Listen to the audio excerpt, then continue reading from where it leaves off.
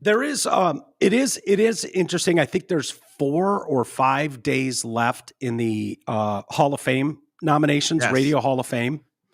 What is it? RadioHallOfFame.com.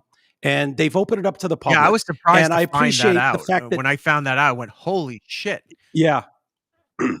Well, I was glad you tweeted it out. That's how Yeah. I saw it. And I was like, oh shit. Like, I think it would be awesome if people listening here, people can share whatever they want. To nominate Drew Lane, Mike Clark, Greg Opie Hughes, Anthony Cumia. Jim Like, Norton. how cool would that be to Jim Norton? Obviously, Jim Norton.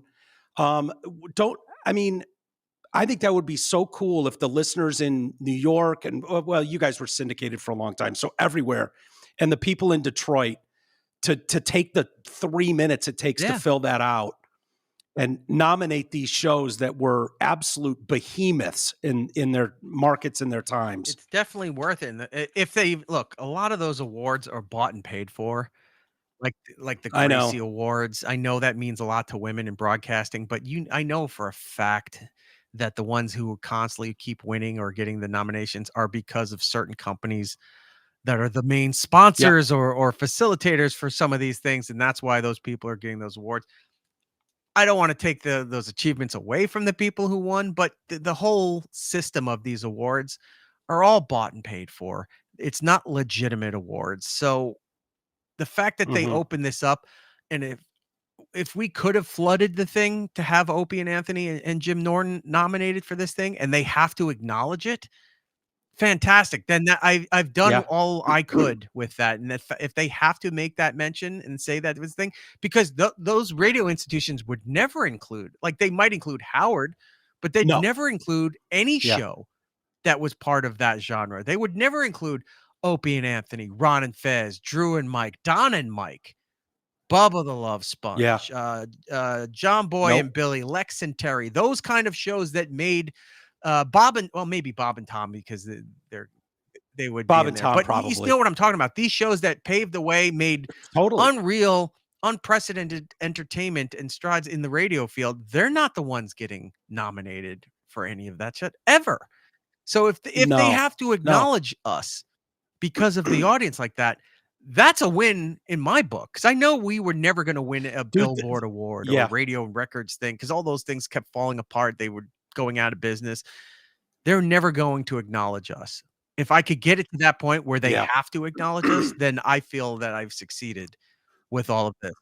Dude, I think even a Yeah, nomination is a it's win. exactly. You know, like I remember early days, not to pat myself on the back, but people nominated the podcast for podcast awards. And we got nominated, I don't know, 8, 9 times, never won. And it was like, yeah, then it gets into gamesmanship. So you flood them, listeners flood them, and you get a nomination. Now you're part of 4 or 5 shows or something. And it turns into, I'll have you on my show to get your audience to vote for me. And it was like, I didn't play any of that shit. I wasn't going to do that. And so even the nomination, if you get tens of thousands of people that go Opie and Anthony, Drew and Mike, who name the show, because you're 100% right. It's like get an Oscar award going to a comedy. It's just not. They're Right. not going to do it. It's not going to happen. It might be the Um, best movie you've ever seen. I It's not mean, going to happen. there's companies that have And podcast there's awards, no. and the ones that are always nominated and that win are always famous comedian podcasts, famous celebrity podcasts. Oh, these celebrity podcasts won, or these particular podcasts won. Let me see who are Right. the owners or the producers of the iHeart. Oh, so that's why they won the iHeart Podcast Award. That makes a lot of sense, because I Right. can't imagine anyone's really Right. giving a shit about the Paris Hilton podcast. I never hear anybody talking about it. Right. You hear people talking about Rogan. He gets nominated and wins several times. He's never there to claim the award. He never sends anybody there. They No. don't acknowledge those things because it's all bought and paid for. They're not legitimate things. Yeah. So the fact that if we Yeah. could get any of these shows mentioned, nominated in the system there Nominated. is a win for this genre of talk radio. Yeah. It just doesn't get the Well, respect that it I deserves. and the fact is they were Hall of Fame caliber shows. I don't care what anyone says. I know the industry. I know what kind of content on a daily basis shows like Drew and Mike and Opie and Anthony and Jimmy obviously were putting out. And I've been telling Drew literally to his face for 20 years, you know, this is a Hall of Fame show, right? And he's always humble. He probably won't mention this himself, so I'll do it for him because that's not the type of guy he is. I'd be surprised even if he did. But I've been telling him for a lot of years, dude, this is a first ballot Hall of Fame show. It is. Probably won't get that recognition, but it is. And he's always humble, always says, I mean, thanks, that man. show, I knew of Drew and Mike forever. I didn't get to hear a lot of the stuff because I wasn't in Detroit and you guys weren't syndicated. So Right. I didn't get a chance to hear much, but I always knew of you guys because you were always this legendary show that was killer in Detroit, but also known for being the show that Howard never beat, right?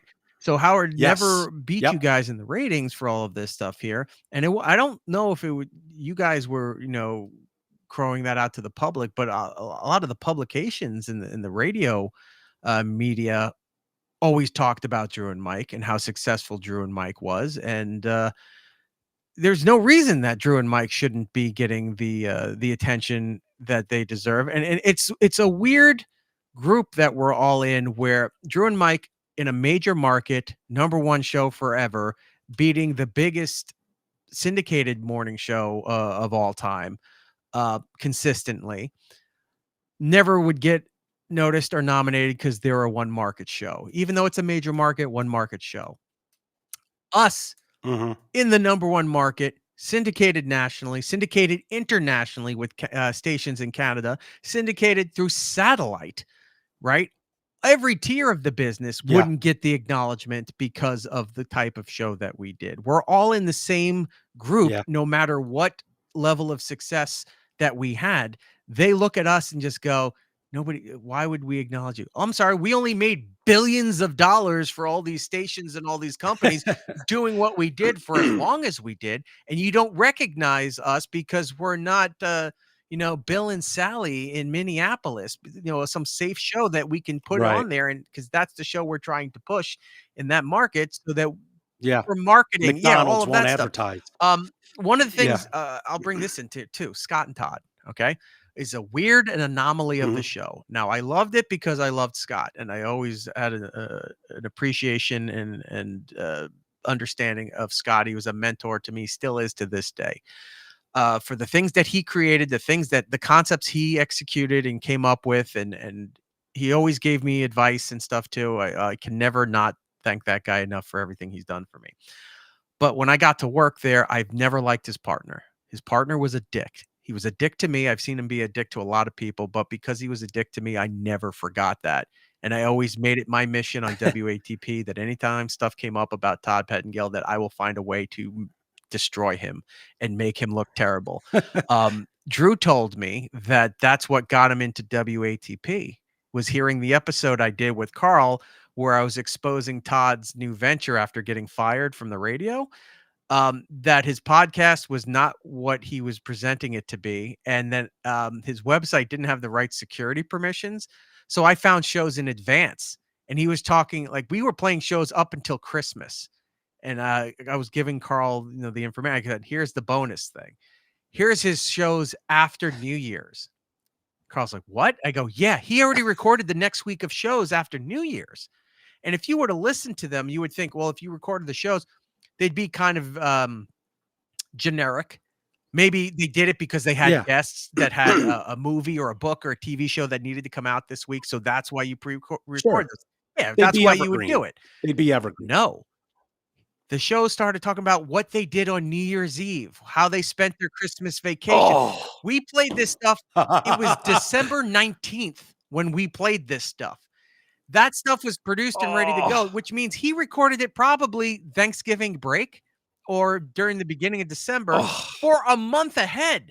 And he's talking about watching the ball drop and how things were going. Like this, there's no way you could even predict the shit he was talking about. So when we put that on there, it was a huge magnifying glass on this guy. Like, this is the guy that got Scott kicked off his own show, took over the show and tanked it like Immediately. it was such a beautiful disaster of how he forced Scott out, tanked